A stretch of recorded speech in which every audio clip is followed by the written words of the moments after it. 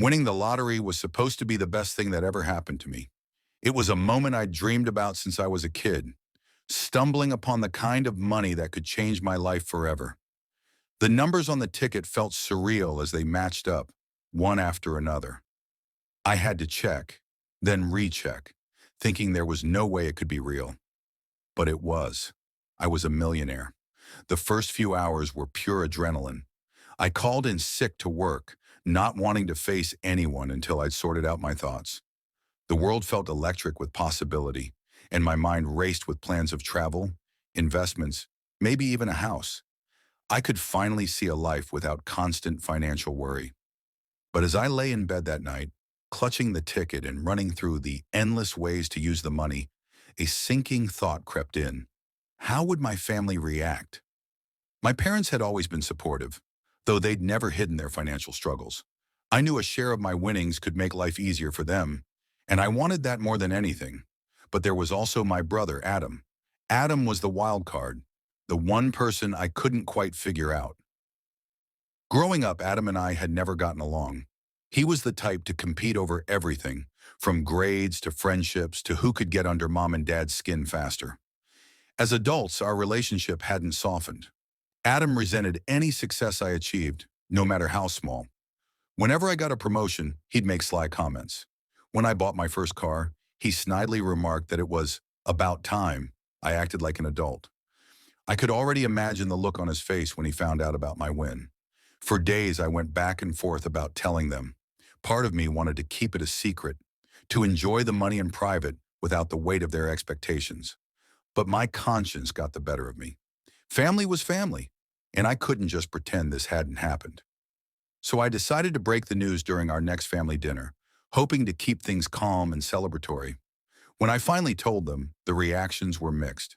My parents looked shocked, their faces glowing with happiness and disbelief. My mom started crying, grabbing my hands and saying, "This is such a blessing. You deserve this, honey." Dad, always the quieter one, just nodded with a proud smile, already talking about all the things I could accomplish with my newfound fortune. Adam, on the other hand, froze. His eyes narrowed as he processed the news, his expression shifting from surprise to something colder. "That's unbelievable," he said, his voice tight.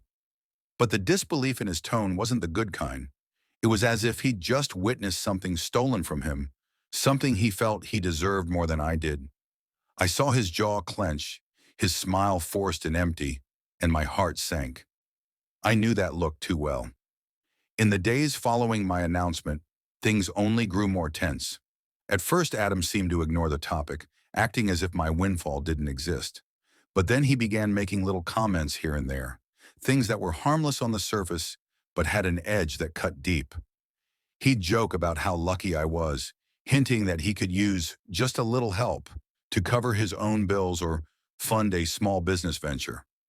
The subtlety quickly faded, replaced by open resentment and frequent, thinly veiled requests for cash. One night, after a particularly tense dinner where Adam had brought up his financial woes yet again, I pulled him aside and tried to have an honest conversation. "Look, Adam," I said, trying to keep my tone light, "I know this is a big thing, but I'd appreciate it if you could be happy for me rather than, you know, making it weird." He scoffed, folding his arms. "Making it weird? It's weird that you won and I didn't. I mean, come on, of all the people to win the lottery, it had to be you." The words stung more than I wanted to admit. His bitterness was sharper than ever. Our conversation ended in a heated argument, and I left feeling more frustrated than ever. The win, which should have brought joy, was becoming a curse, souring my relationship with the one person who seemed intent on turning it into a battleground. Over the following weeks, Adam's actions grew more hostile.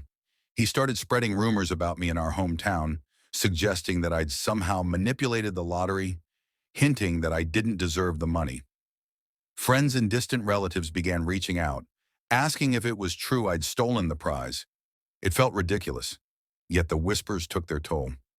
I realized Adam wouldn't stop until he'd tarnished everything I'd worked for, turning my good fortune into something ugly and divisive. I decided enough was enough.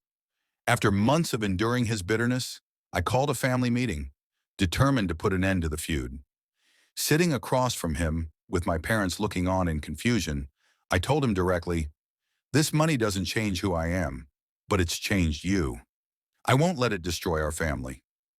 Adam's face hardened, and for a moment I saw a flash of vulnerability beneath his anger, a glimpse of the brother I used to know.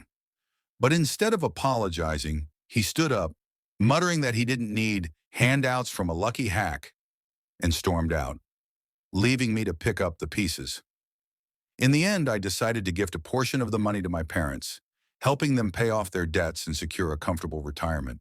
With Adam, however, I held my ground, realizing that enabling his jealousy would only fuel his spite.